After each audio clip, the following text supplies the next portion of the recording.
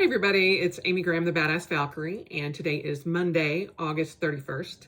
It is week 36 out of the year 2020, and this is the focus for Finding 52, the birthday challenge that I created over a year ago, to help find an hour every week to do self-care specifically for you.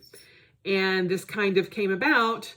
The focus is I wanted to give those folks who are in the Finding 52 group something to focus on for the week, besides having, trying to find an hour each week for self-care. So that's where we're at. I have tried to get this video done a few times today. It has been difficult. As some of you may or may not know, my little Yorkie of 15 years, Saki, passed away. Getting a Kleenex. So much for Makeup Monday. On Friday afternoon, after work, Greg and I ironically went to Costco to get dog treats. And our little girl that decided to lay down and take a nap on the tile right by the front door. And Greg and I got home, and when Greg opened the door, it was like something was not blocking it, but like a doorstop there, and it was our little girl. And she had just recently passed. She was still warm to the touch, and there was that little part of me that was like, oh, if only we had hurried up, maybe we would have been able to save her, but we knew it was coming. We all did. And even if we'd have been home, I'd have just thought she was asleep until it would have been, longer than normal, and I would have gone over and tried to wake her up, and the outcome would have been the same. So, yeah, not a great weekend. We took her to our vet, who will handle all of the final arrangements like they did for our Lhasa Apso macho. And we got the same box, same paw print, plaque, everything, so they'll match. So it still gets to me, and it will for quite a while, I am sure. But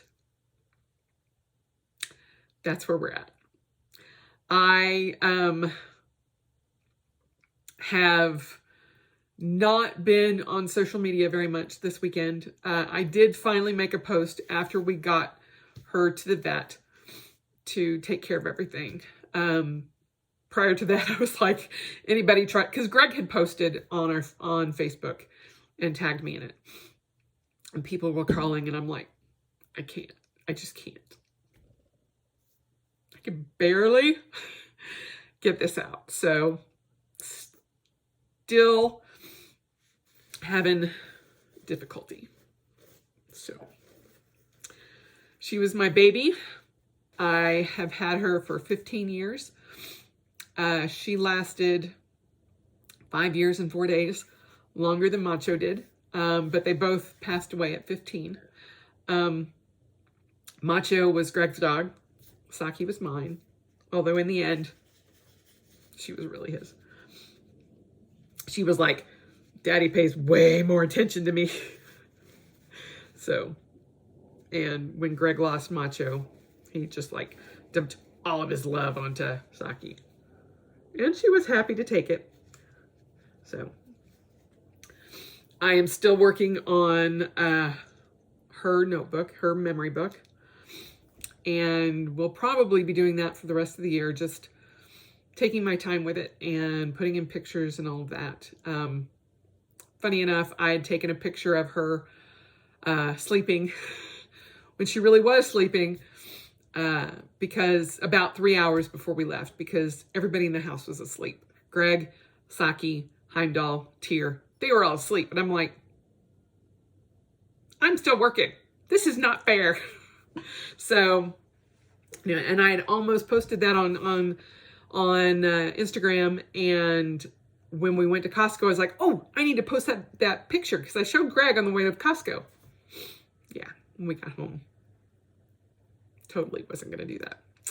So, yeah, I honestly don't even think I've even put it up on Instagram, you know, that we lost her. So, anyway, I'm very sad, but I also feel a sense of almost relief because it's not like it's hanging over me, because every morning I would wake up and think, is today going to be the day? Or, you know, am I going to have to make that decision to, you know, stop her from being in pain or suffering or anything like that, which she was not. She was having a little bit of a difficulty with her trachea, but other than that, she seemed perfectly happy. In fact, she wolfed down half of Greg's lunch. Like, give me more. For a tiny little dog, she ate more than a giant dog. I'm like, I have no idea where she puts it. I'm like, there's got to be a wooden leg in there somewhere. I have no idea. By the way, this is not beer. This is kombucha. So, kombucha. So, I just needed a little extra kick today. So, there we have it. So anyway, that's out of the way. Yeah, hopefully I won't be crying. Today's focus is on lists. And I have a love-hate relationship with the lists, but especially given this past weekend, the only way I got anything done was because I wrote it down. And like, I have a list for home. I have a list for work. I have grocery lists. I have to-do lists. I have master to-do lists. I even, like, I've started my to-do list for September already, which I know it's tomorrow, but I have a list of projects, what I'm waiting on, all that sort of thing. And lists are near and dear to my heart. And those pins that say list makers got a list, totally me. If I did not make lists, I would be in a world of hurt. But I also realize that you can also have planner procrastination by making lists. So you make these beautiful lists and then you actually never get any of it done because you're too busy making lists. And that is, you know, a downside to that. But I need reminders. I need ticklers to remember things. And like, I've got to have a running grocery list because there is no way that I will remember everything once I get to the grocery store. In my Malden personal with the deconstructed sneaker weeks, what I use a lot of those papers for in the back is to make a list that I can just rip out and put away. But that is largely what gets written in that week's is lists, because lists of things I need to buy, lists of measurements, or especially right now, measurements, paint colors, you know, supplies that I've run out of or whatever. So it behooves me to have a list because I'm old and forgetful. And if I didn't have a list, I would be lost. And sometimes, you know, Greg will be at Costco or something and he'll be like, send me a picture of the list. And I'm like, okay. And then I'm like, oh, get this and that and that and that. He goes, it's not on the list. I'm like, I know, but get it anyway. And he's like, we should have a rule. If it's not on the list, we don't get it. I'm like, forget that. I have a brand new list that I'm starting because I'm following the Mediterranean diet guidelines, and I keto and paleo and Whole30 and all of that. It's kind of a combination of things and of what works best for me and my body and my likes, dislikes, specific dietary needs. So I have a list of things that I can have, things that I can't have. I have a list of exercises that I need to get done every other day because of physical therapy, things like that. And it's a lot to keep track of. And, I keep track in several different places, but I try to have a master list in my Hobonichi Cousin Avec because, like I said, it is Planner Prime. And if it's not in there, chances are good that I'm not going to remember or it's not going to get done.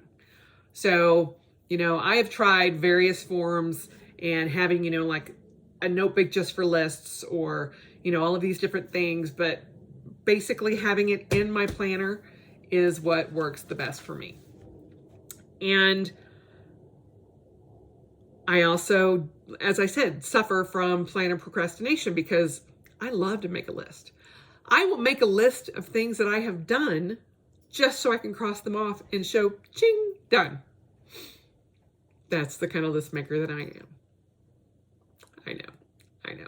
But in that case, I call it my ta-da list instead of a to-do list because it's like, ta-da, those are all done. So I love that. And one of the things that I miss most about my bullet journal is having that freedom of just making lists. And most of you know, I use the bullet journal method in my Hobonichi Cousin Avec.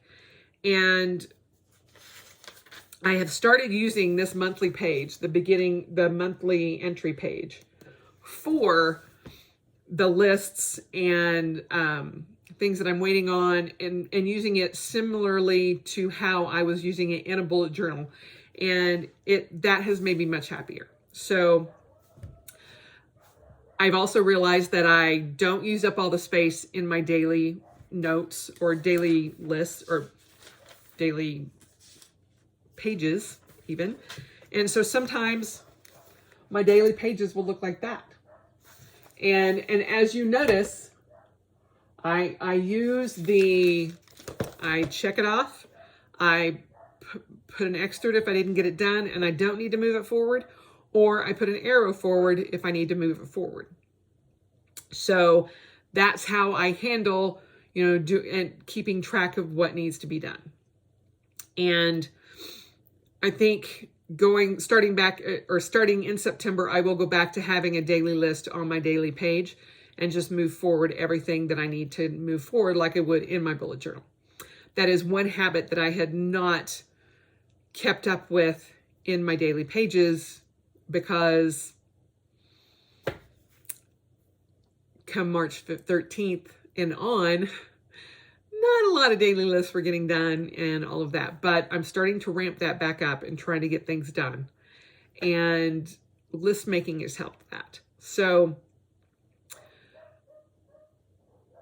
I know that especially right now, we can feel overwhelmed and with all the chaos and everything going and spinning all around us.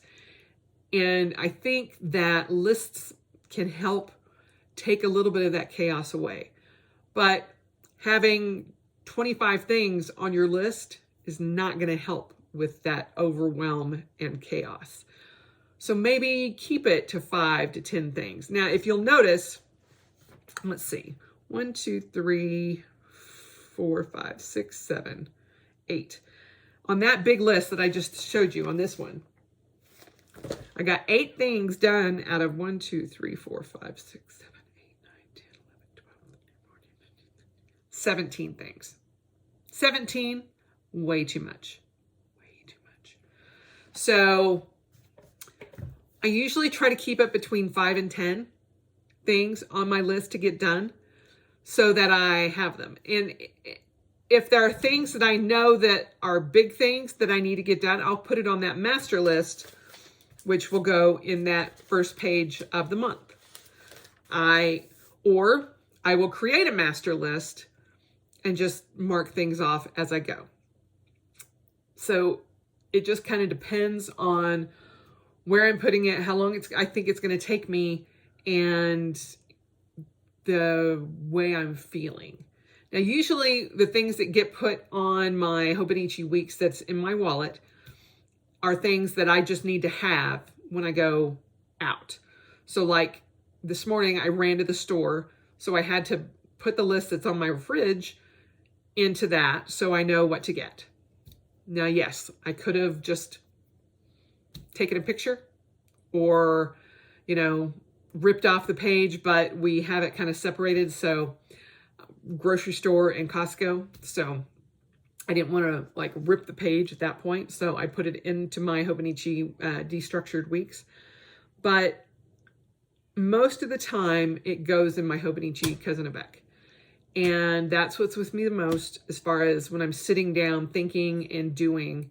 One of the things that I try to do while I'm working from home is get things done in between working. And if I need to go upstairs and do laundry, or I need to, or used to have to go get Saki and let her out. One of the things that I realized that I'm going to have to put on my list is going out to my garden and making sure that I make time for that. Because before, I would let Saki out and I would, at least once a day go out with her and look at the garden, see what needs to be picked and all of that. And I have yet to go back out to my garden. I will, because it needs to get done, but it doesn't need to get done today. So that's another weird little reminder that I know that I'm avoiding. But if it's on my list, I can alleviate some of that stress and discomfort by just checking it off. Because it's okay, good. It's checked off. And putting it on my list when I need to go out and do it every, 2 to 3 days, when I need to water, when I need to make sure that I don't need to harvest, all of that kind of thing, will make it a little bit more normalized for me. And hopefully move away from the stress and the anxiety and pit of despair that it is right now, just to be honest.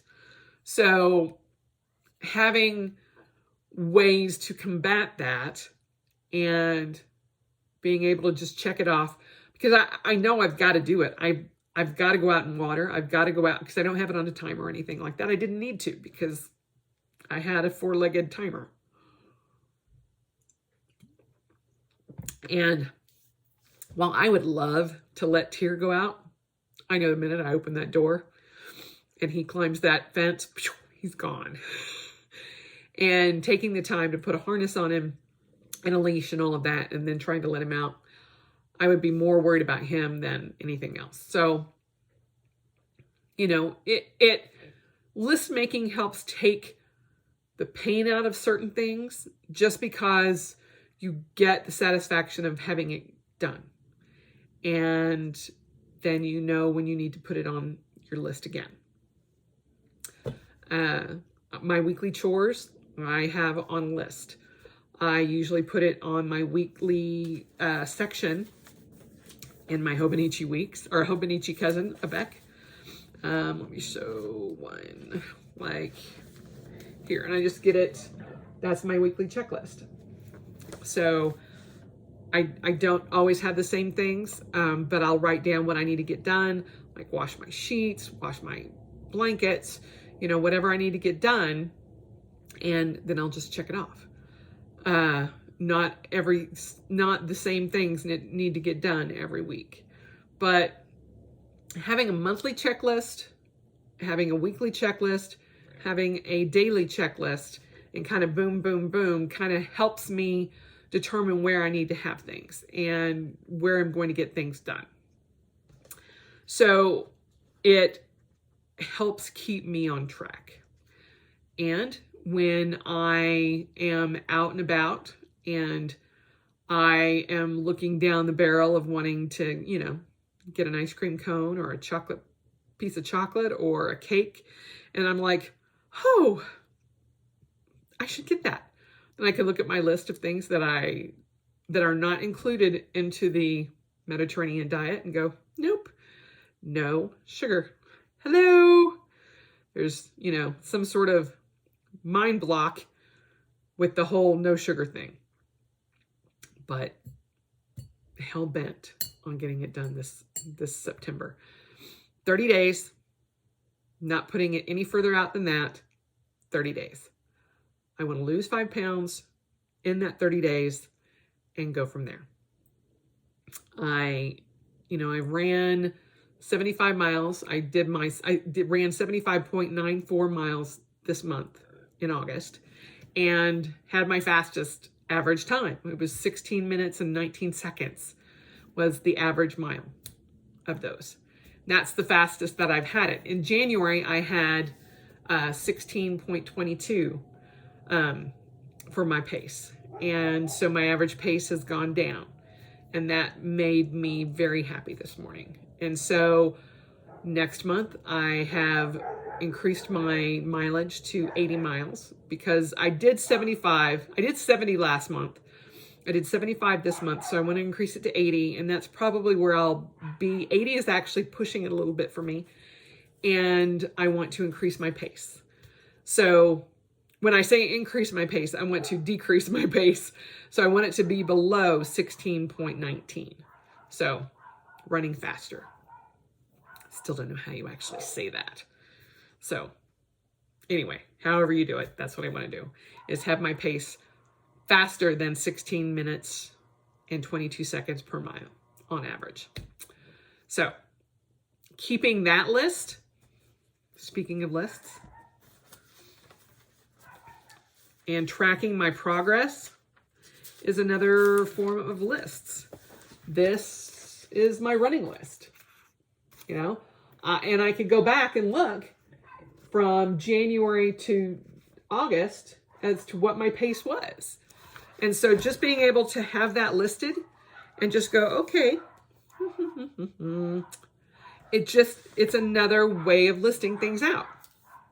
One of the lists that I have at the beginning of my my Hobonichi weeks, my weight tracking. I just did this over the weekend because I'm like, I haven't used that. And I should. Excuse me. Lots of bubbles. Anyway, so I started the year out at 221 pounds and 2 ounces.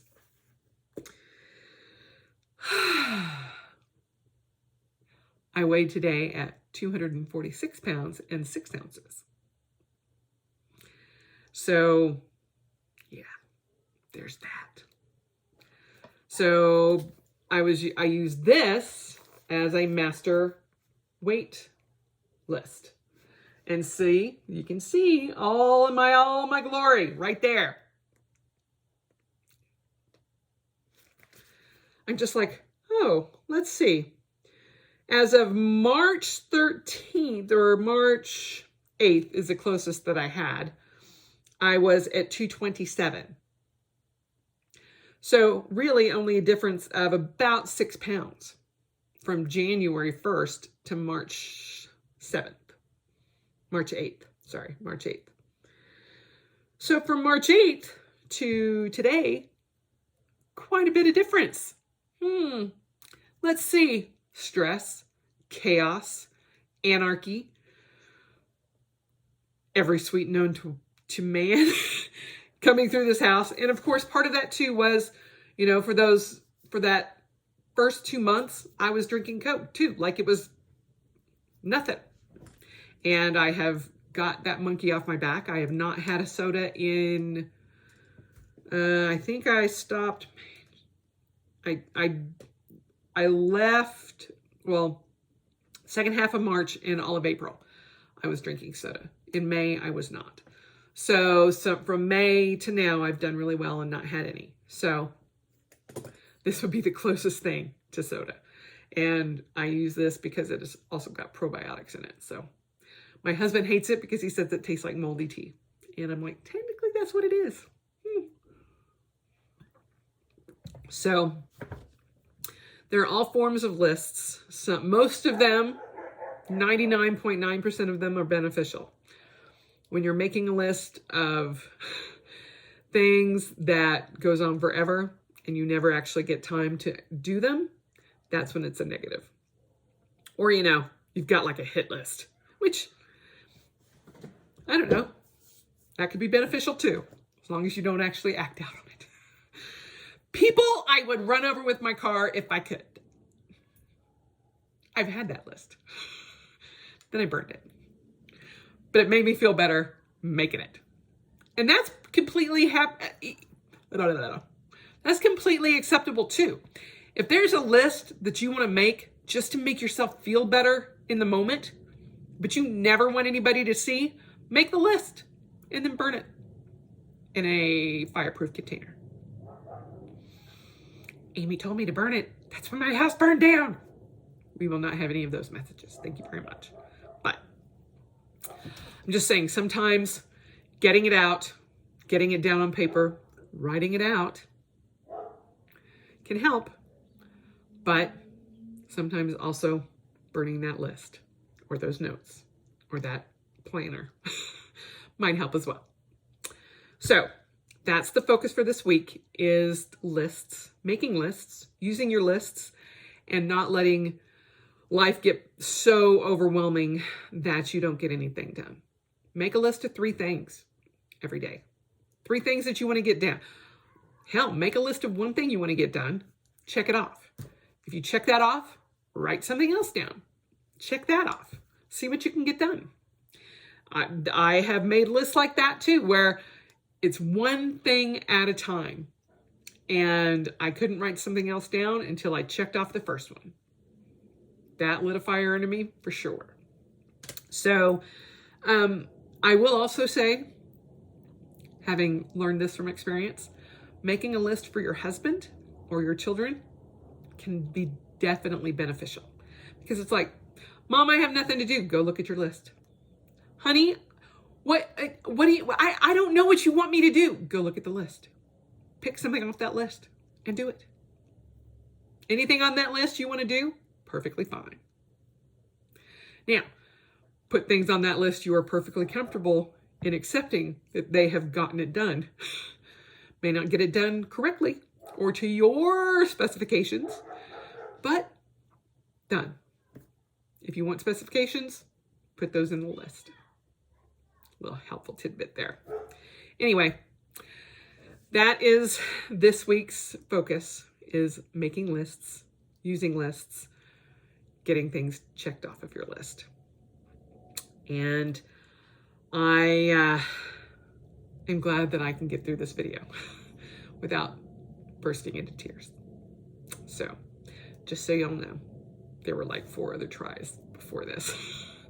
So I apologize. It's still going to be kind of cut up because I've got to cut out little bits and pieces of, when I did bawl.